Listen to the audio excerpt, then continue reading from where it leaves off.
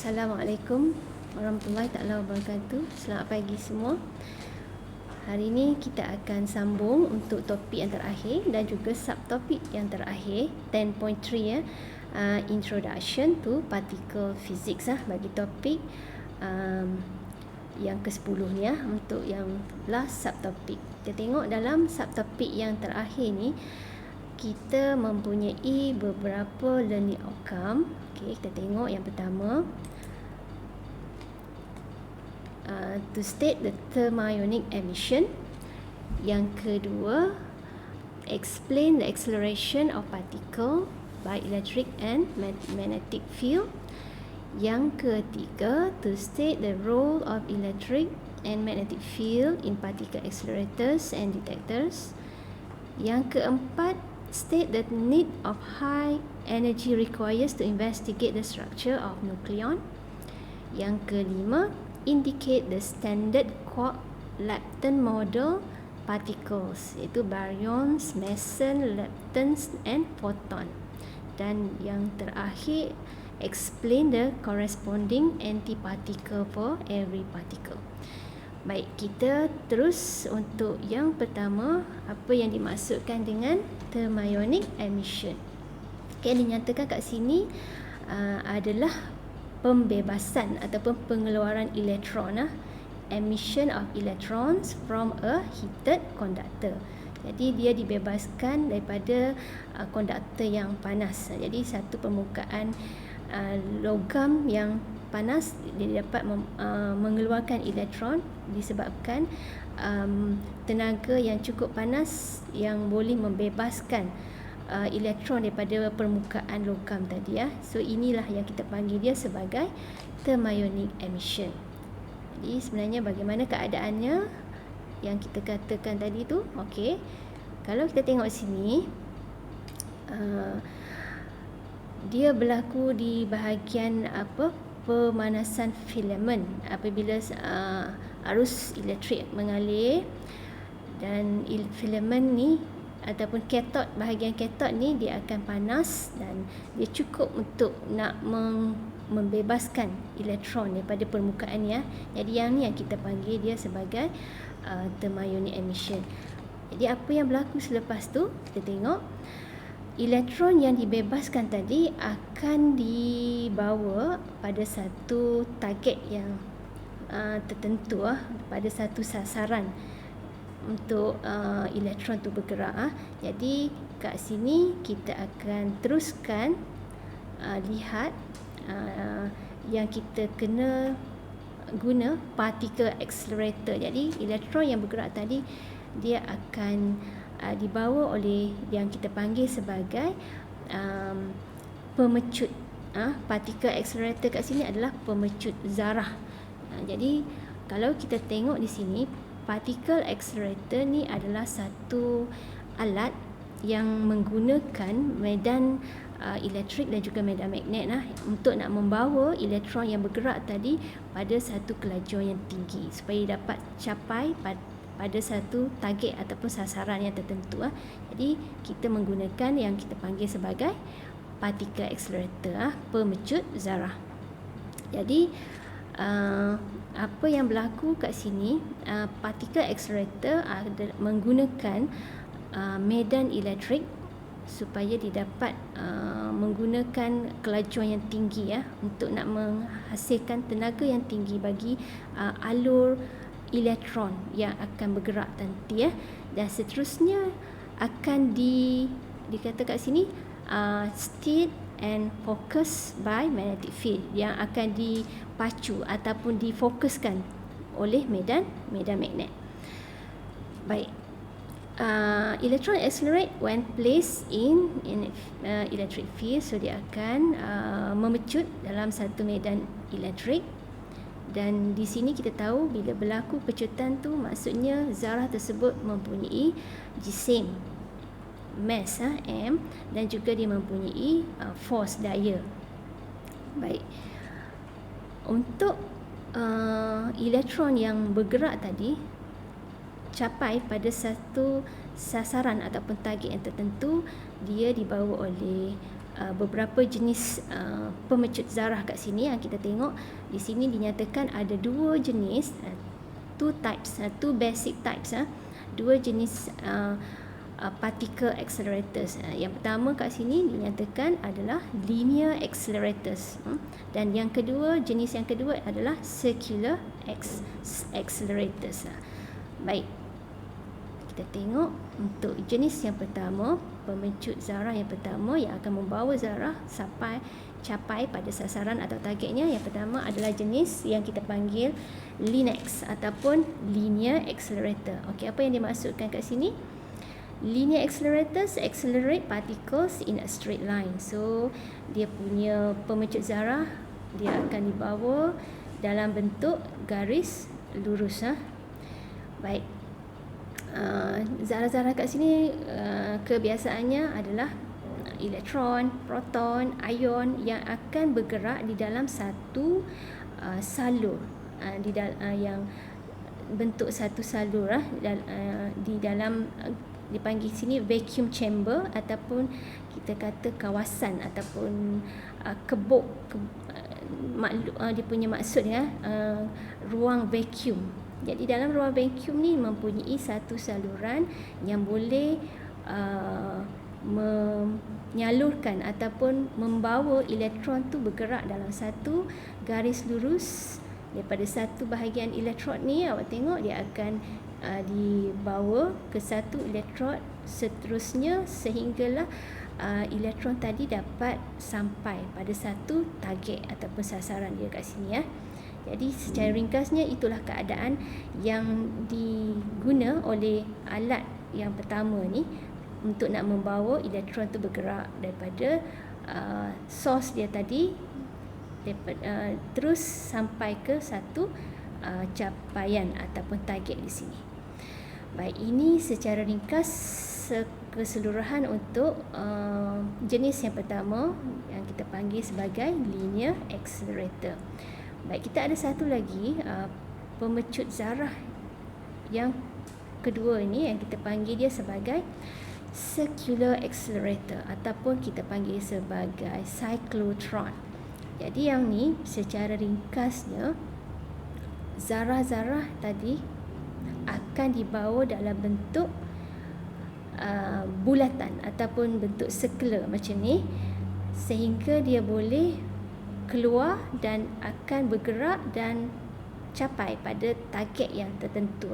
Jadi kalau kat sini kita tengok dalam cyclotron ni mempunyai dua ruang vacuum yang bentuk dia D, dua bahagian, satu sisi, dua-dua sisi ni, dan dua-dua ni kita panggil dia sebagai Ds.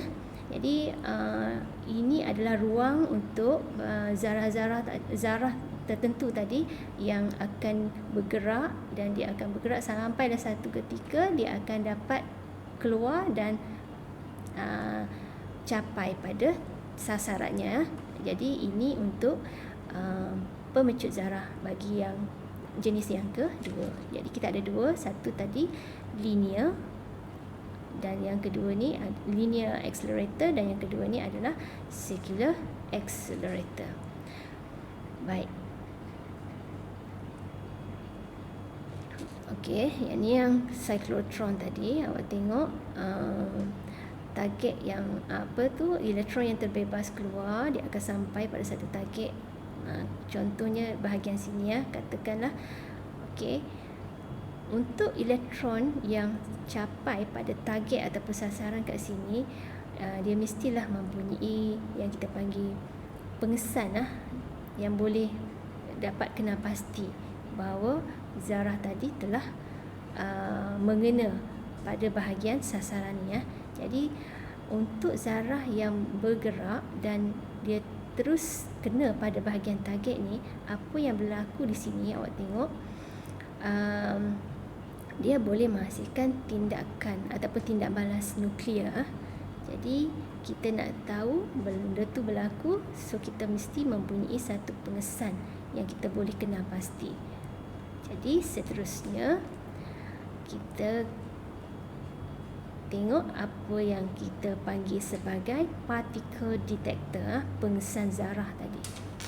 Baik, sini dinyatakan particle detector is an instrument to measure one or more particle of a particle. Jadi satu alat yang boleh mengesan zarah-zarah ataupun unsur yang terbebas dan capai pada sasaran dia. Jadi bahagian pengesan zarah ni dia mempunyai beberapa bahagian lapisan.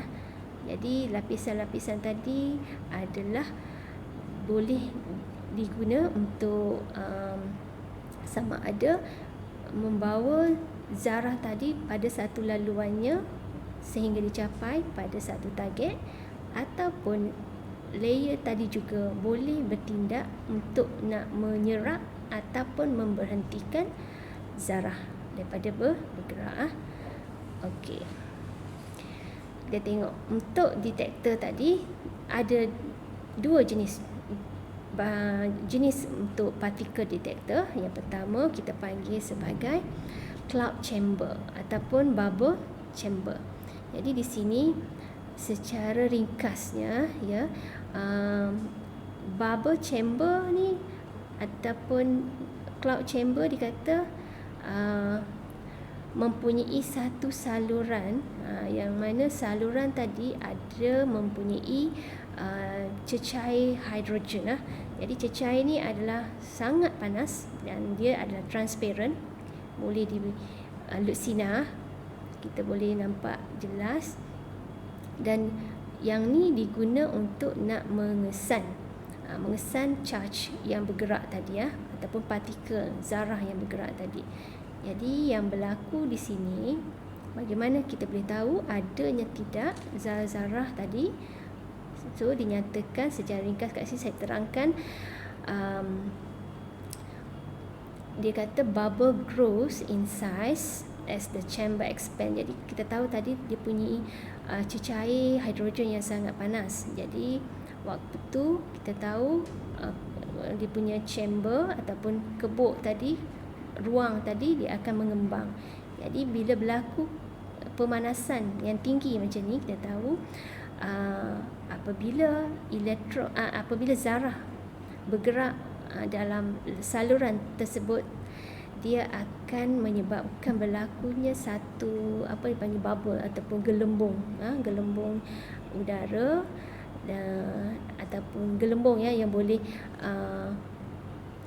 timbul, dan dia akan bertambah besar saiznya sehinggalah benda tu kita boleh dapat kena pasti ataupun dapat dilihat. Jadi keadaan dia lebih kurang dalam bentuk gambaran macam ni So video kamera diletak di sini supaya kita dapat kena pasti ini bentuk yang boleh kita gambarkanlah dia punya image yang terhasil daripada pergerakan zarah-zarah tadi Okey. Jadi dia punya bentuk zarah dia boleh jadi sama ada alfa, beta ataupun gamma. Yang ni dia punya kita kata image yang terhasil. Kalau kata kita nak kenal pasti bentuk tu straight lines macam ni adalah bentuk alfa. Jadi kat sini dia punya ciri-ciri dinyatakan dia punya alur ni dia adalah lebih tebal sebab mempunyai kuasa pengayunan yang lebih tinggi. Yang kedua dinyatakan ciri dia sebab dia straight line, sebabnya dia tidak dapat mudah dipesongkan oleh molekul udara. Yang ketiga cirinya dinyatakan mempunyai panjang yang sama disebabkan mempunyai jumlah tenaga yang sama. Ini kalau kita nak kenal pasti dia adalah zarah bagi alfa.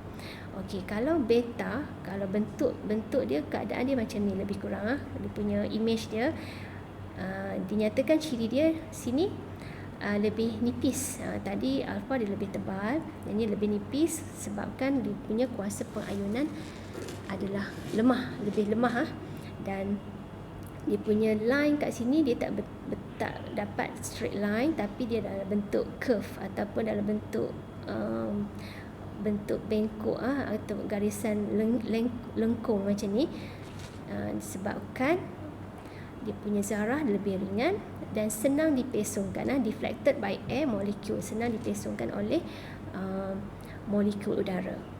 Dan ciri yang ketiga untuk beta ni, untuk kita kena pasti, satu lagi dia adalah zarah yang boleh menghasilkan panjang yang berbeza, sebab setiap zarah untuk beta ni dia mempunyai jumlah tenaga yang berbeza. Yang ketiga, kalau image kita nampak dalam bentuk scattered macam ni ataupun dia pecah-pecah, putus-putus, ni kita consider sebagai gamma rays.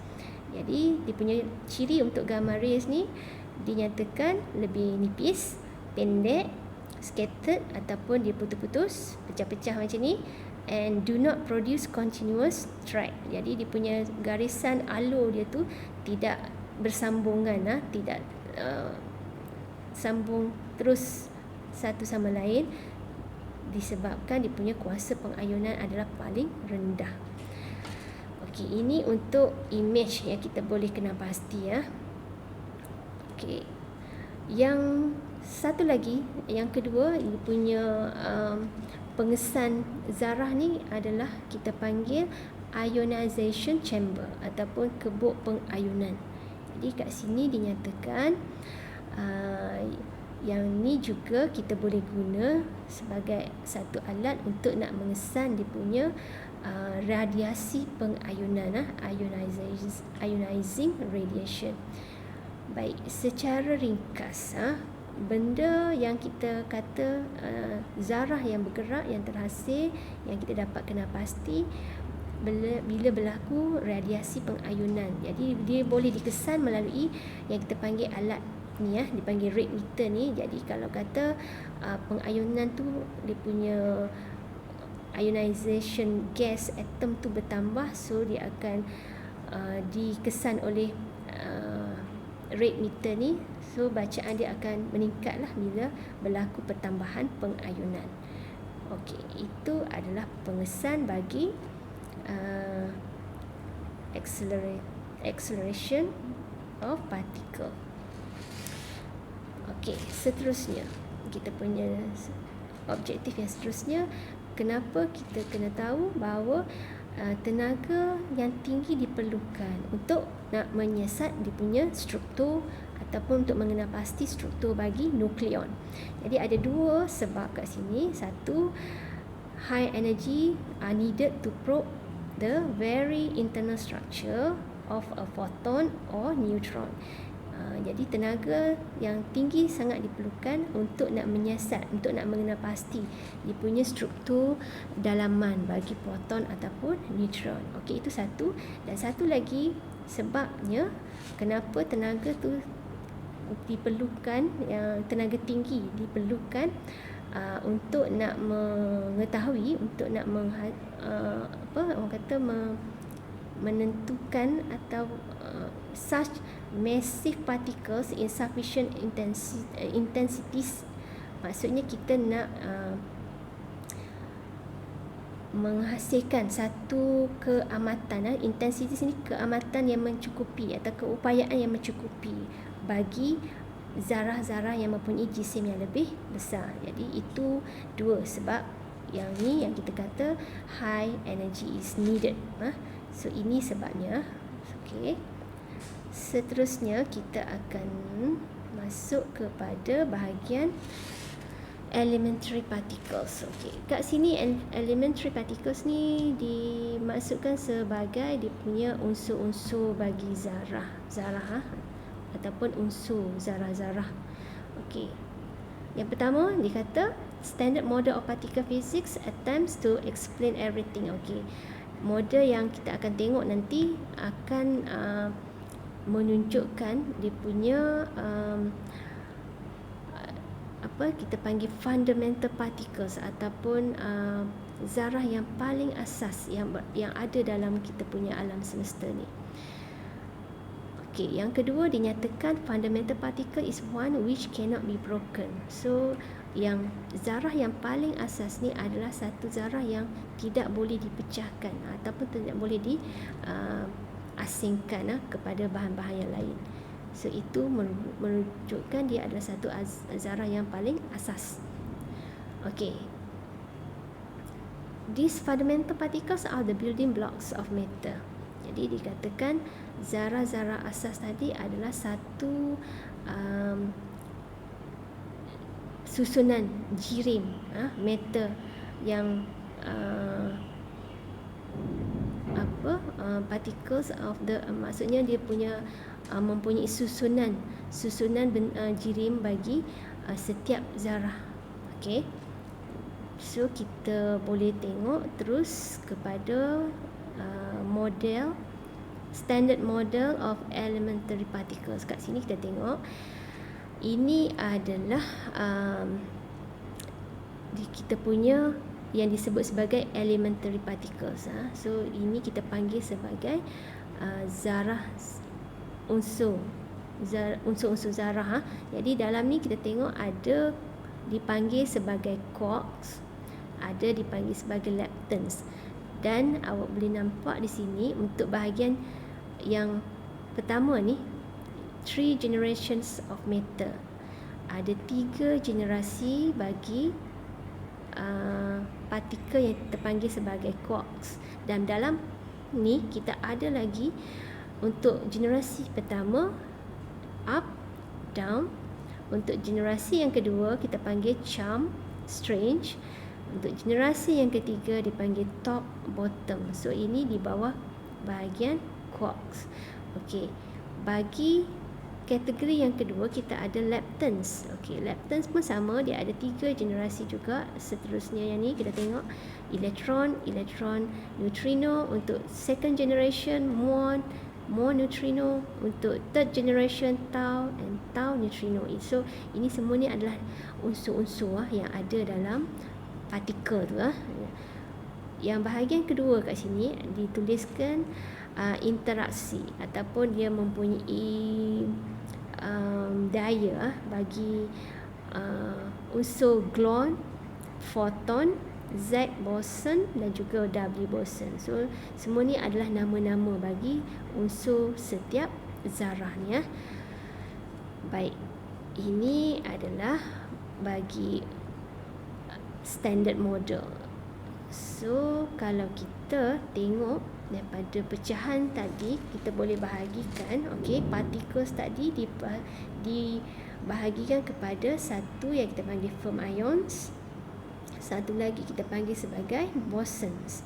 Okey, firm ions ni adalah building blocks of matter, dia punya susunan bagi jirim dalam satu-satu unsur zarah tersebut. Jadi untuk firm ion dia terbahagi lagi kepada dua. Satu yang kita panggil sebagai quarks, satu lagi kita panggil sebagai leptons. So untuk quarks ada lagi di bawah dia kita panggil sebagai hadrons.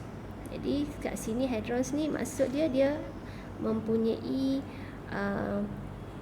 tenaga nuklear yang kuat. So dia dipegang oleh satu daya nuklear yang sangat kuat. Baik, bawah hadrons dia pecah lagi kepada dua. Kita tengok sini, satu yang kita panggil sebagai baryons, satu lagi kita panggil sebagai mesons. Baryons ni adalah unsur yang mempunyai 3 quarks ataupun 3 anti-quarks. Nanti kita akan tengok apa nama yang tadi yang kita dah tengok dah tadi secara sepintas lalu dalam satu model, standard model tadi. Nanti kita akan tengok lebih detail bahagian yang ni. Satu kat sini meson terdiri daripada quarks dan juga anti-quarks. Ni contoh. Baik, untuk kategori firm ions yang kedua, leptons. Okey, leptons ni contoh kat sini dia bagi elektron dan juga neutrinos. Baik, untuk bahagian sini ciri dia pertama dinyatakan have no internal structure. So dia tak ada struktur yang dalaman kat sini.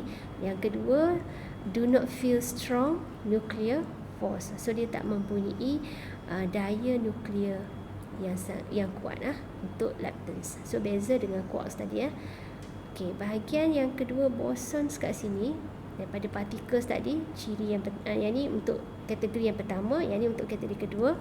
Bosons dia ada terlibat dengan daya force carrier. Jadi kat sini jenis-jenis daya yang dinyatakan dia boleh jadi membawa daya elektromagnetik ataupun dia membawa daya yang kuat, daya yang lemah antara dia punya form ions tadi. Baik, ini adalah zarah dan dia punya unsur-unsur yang terlibat Baik. Okey, kita tengok diceritakan kat sini, dinyatakan balik apa yang kita tengok daripada gambaran tadi, daripada diagram tadi So yang daripada particles tadi dia terbahagi kepada firm ions, boson. Okey. Lepas tu daripada firm ions dia terbahagi lagi pula kepada dua yang kita panggil sebagai quarks dan juga leptons. So di bawah quarks tadi dia ada hadron. Hadron tu dia terbahagi lagi kepada baryons dan juga meson. So ni baryons dia mempunyai 3 quark ataupun dia punya 3 anti-quark. Untuk meson dia ada quark dan juga dia ada anti-quark. Okey, kita tengok nanti. Seterusnya hadrons tadi. Okey, hadrons kat sini dinyatakan dia mempunyai daya yang kuat. Setiap partikel tu mempunyai daya yang kuat. Okey. Diterbahagi kepada dua, baryons dan juga meson. Baik. These are distinguished by internal structure. So dia boleh untuk dua-dua bahagian ni kita boleh bezakan dia melalui dia punya struktur dalaman. So most of the mass we observe in hadron comes from its kinetic and potential energy. Jadi jisim yang kita lihat daripada unsur hadron tadi adalah hasil daripada tenaga kinetik dan juga tenaga keupayaan. Okey, seterusnya baryons. Okey, yang ni kita tengok baryons. Di sini dikata 3 quarks dan dia adalah unstable. So contohnya proton, neutron. Baik. Proton and neutrons pula kita tengok dia adalah terdiri daripada 3 quarks, iaitu 2 up quarks dan 1 down quarks. So sekarang nama dia yang up ni kita letak dia sebagai simbol U. So ada 2 up kat sini, so 2 U. Dia ada 1 down quark yang letak sebagai simbol D. So 2 U 1 D. 2 up quarks dan 1 down quarks. Okey, untuk proton. Okey, neutrons pula juga terdiri daripada 3 quarks. 1 up quarks and 2 down quarks. So sekarang untuk up quark kita label dia sebagai U. Dia ada 1. Dan dikata satu lagi dia ada 2 D So ada 2 down quarks, so simbol dia sebagai 2D. So ini adalah simbol bagi nama-nama tu Baik. Ini protons dan neutrons. Seterusnya mesons, yang dia punya susunan daripada diagram yang kita tengok tadi Kita tengok satu-satu. So ini adalah untuk meson. Meson terdiri daripada quark dan juga anti-quark. So dia adalah unstable, not part of everyday matter. Dia bukan sebahagian daripada jirin dalam kehidupan seharian. Sebab apa? Dia sebab dia boleh kita kata decay, mereput. Dia akan mereput kepada elektron, kepada bentuk elektron ataupun positron, neutrinos dan juga photons. So dia mempunyai jisim antara elektron dan juga proton. Itu dia punya nilai, dia punya magnitude ataupun nilai bagi jisim untuk meson.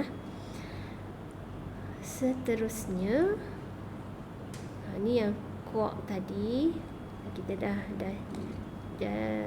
ceritakan tadi ya. So ini nama-nama unsur yang ada dalam quarks tadi yang kita panggil up, dia punya nama up, charm, top. Kalau up, so dia ada down, charm, strange, top, bottom. So ni adalah nama-nama dalam elemen partikel dalam quarks. So kat sini awak tengok setiap nama ni dia ada charge dia. Ni 2/3, yang bawah ni 1/3 negatif, yang atas ni positif. So yang atas ni adalah bahagian positif. Semua sama, dia punya charge dia 2/3. Bawah ni adalah negatif, juga sama.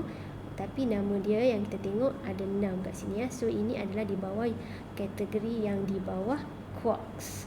So ini nama untuk 6 quarks dan bersama dengan dia punya tanda positif, negatif dan juga magnitude of charge dia. Okey. Setiap partikel tadi dia ada antipartikel. Okey. So untuk quarks dia punya physical property called color. Jadi color dia could be blue, green or red. So each color also has anti-color. So sini they are not really different colors. Properties like charge. Okay, itu dia punya ciri untuk anti-particle bagi quarks. Okay, seterusnya lepton. Sini leptons juga terdiri daripada elektron neutrino, muon neutrino, tau neutrino. So ini unsur-unsur yang ada dalam lepton. So sini lepton juga ada 6 antiparticle. Neutrinos do not have electrical charge. Okay, itu ciri dia. So elektron, muon, tau. Okay, ini dia punya bahagian di bahagian bawah-bawah tu lah. Okey, saya akan teruskan. Okey, ini untuk bahagian last sekali untuk kita punya subtopik ni yang kita nyatakan tadi di atas. Setiap partikel mempunyai antipartikel. Jadi kat sini dinyatakan ciri-ciri dia. Antipartikel ni dia punya magnitude dia sama tapi dia punya positif negatif yang berbeza. Okay, same mass but opposite charge. Jadi kita tengok contoh dekat table ni. Tengok contohlah kita ambil yang quark. Kita ambil satu bahagian partikel kita panggil sebagai up, satu lagi anti-up bagi quark. So simbol untuk yang partikel up ni simbol dia U. Kalau anti-up kita letak negatif, bukan U bar untuk simbol. Dan jisim tadi kita nyatakan jisim dia sama ada partikel ataupun antipartikel. Untuk up dengan anti-up jisim dia sama, 7.11/10⁻³ kg. So yang bezanya kat sini kita tengok dia punya tanda sign kat sini positif untuk partikel, negatif untuk antipartikel. So 2/3 charge ni untuk up quark dan anti-up quark 2/3 juga. Jadi itu saja yang membezakan bagi partikel dan juga antipartikel. So ini secara keseluruhan kita tengok tadi quark. So nama untuk bahagian ni kita tengok sini, bahagian ni adalah kategori untuk partikel dan bahagian ni adalah untuk antipartikel. Setiap ni mempunyai daya, sama ada dia mempunyai daya yang kuat, daya elektromagnetik ataupun daya yang lemah, dan juga dia mempunyai juga daya graviti. Sama juga dengan bahagian lepton. Lepton kat sini pun kita ada bahagian partikel kat sini yang kita panggil elektron, muon, tau dan seterusnya. Kalau antipartikel sini kita panggil, untuk elektron kita panggil positron, muon, anti-muon, tau, anti-tau dan seterusnya. Okey, itu adalah bahagian partikel dan juga antipartikel dan yang terlibat dengan daya, sama ada daya strong force, weak force atau electromagnetic force dan juga gravity force. Okey, itu sahaja untuk kita punya subtopik yang terakhir untuk hari ini. Jadi sebelum bersurai, jangan lupa awak isi kehadiran. Okey semua, terima kasih. Assalamualaikum. Bye bye.